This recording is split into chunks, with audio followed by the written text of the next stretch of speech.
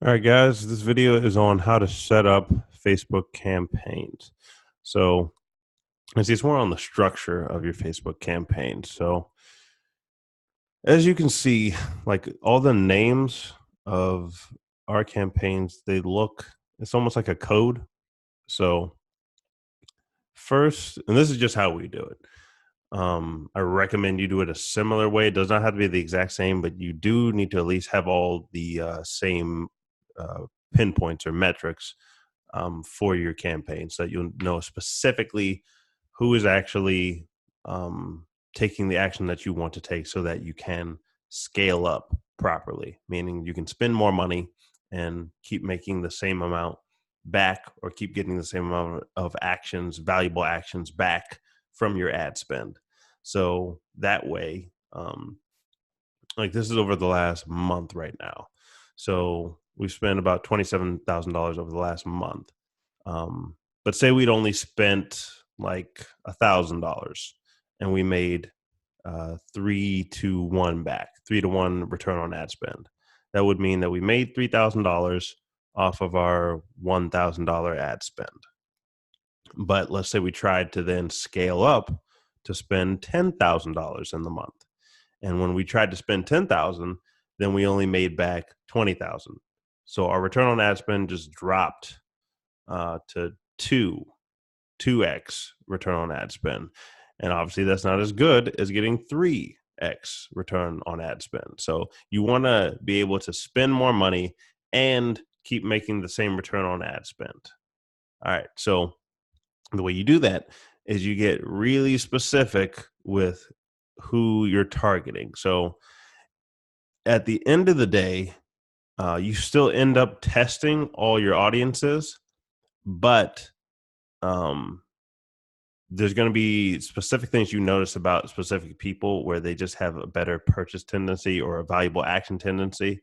As went over in the last video, your valuable actions that you want to do are, you know, um, people watching your video all the way up to purchasing and including their lifetime value in the purchases so you can feed that to Facebook. So we'll go over more of that in audience creation. But the way you set up the campaigns is the name of the ad.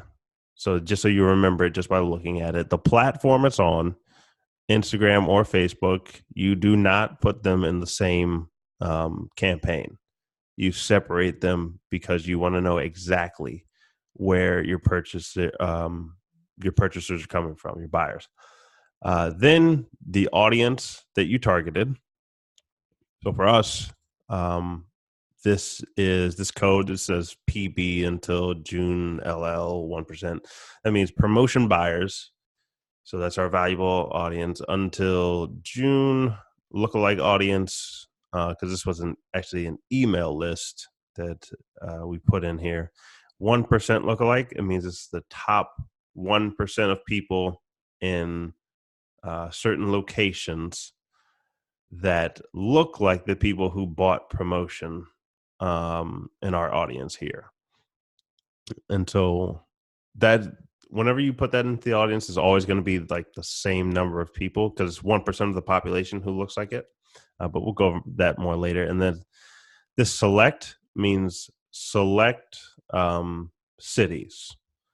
So you're probably not going to get that part as soon as you set up your ads. But eventually, like once you continue on your ads and you know the pockets of the country or countries that are responding the best to your ads, you want to feed that. You want to feed those locations more because they're going to be more likely to purchase.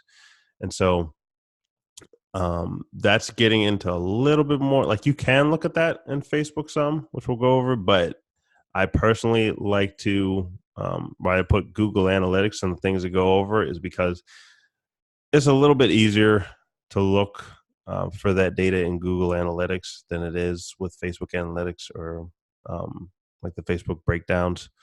So we'll go over that, and then I separate by Android and Apple and desktop, um, and then also by men and women.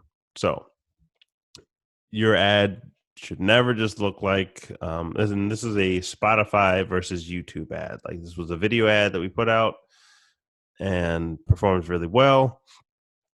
But if we just put this to like all the same audience, so I had Android and Instagram, I'm sorry, Android and iOS, Apple in the same one. When we look at the data, we find that different age groups have different patterns in different countries. So you don't want to just push it all to one place. You want to separate it out. And that way you can keep spending more money and keep making a good return on ad spend. So that's how you set up your campaigns. Like that, those are all the metrics you want in the campaigns. And then in the ad set portion, you just click down and look at the ad sets under it. Typically, when I just start out, it's just going to be broken down by the age categories. So 18 to 24, 25 to 34, 35 to 44, and 45 to 54. And so you want to, in each ad set, you do not just put one big age group. It's not just 18 to 54, because then you're not giving the Facebook algorithm enough specification to where you can optimize your ads. So, and the only reason why this one has no USA and this one's only Canada and Australia is because we looked at our results and found that for these age groups for this specific ad, no, these locations weren't performing as well in our select cities.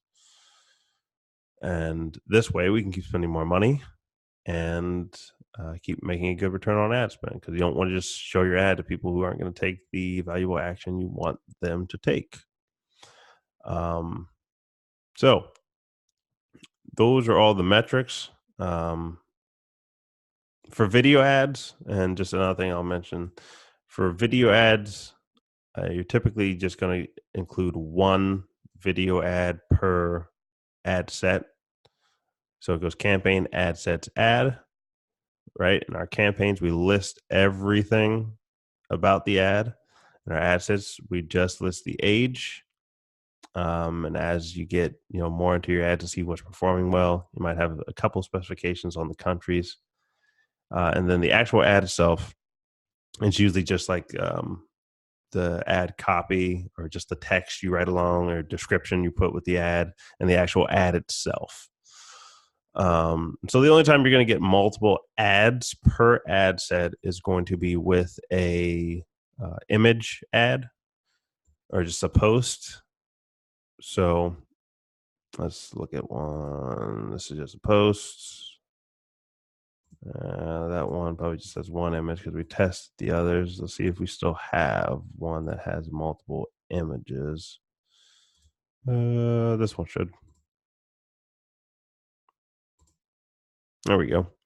Okay, so like as we're looking at this, we tested 6 images with one post just to see which image is performing best. You can do that on Facebook, and it will show you like which ones more people are clicking on, which ones more people are buying from. So those are all things like you want to pay attention to. And we'll go over more of like analyzing your ads whenever we get to a later video. But this is the overview of it. Like, this is how you want to set it up. That's the level of specification you want when running your ads for Facebook and Instagram. So that like you'll get one ad. Let's look at one ad. Let's look at the Spotify verse ad on Instagram. Okay, this is the 1 to 2% audience, but essentially, so notwithstanding the 1 to 2% audience, this is saying, so this one ad is broken down into, what is that? 1, 2, 3, 4, 5, 6, 7, 8, 9. So far, this is the same ad, but it's being shown to 9 specific audiences. And this way, we don't just spend, like if this was all just in one audience, we'd be spending, I don't know what that is, about $300, and it would be all out of whack. But since we're like not spending it all in one place. We're able to optimize it more and keep it profitable while spending a lot of money on one ad. And this ad has been running for months and still is profitable. So, yeah, that is how you break down ads. And in the next video, we're gonna keep digging in more to it.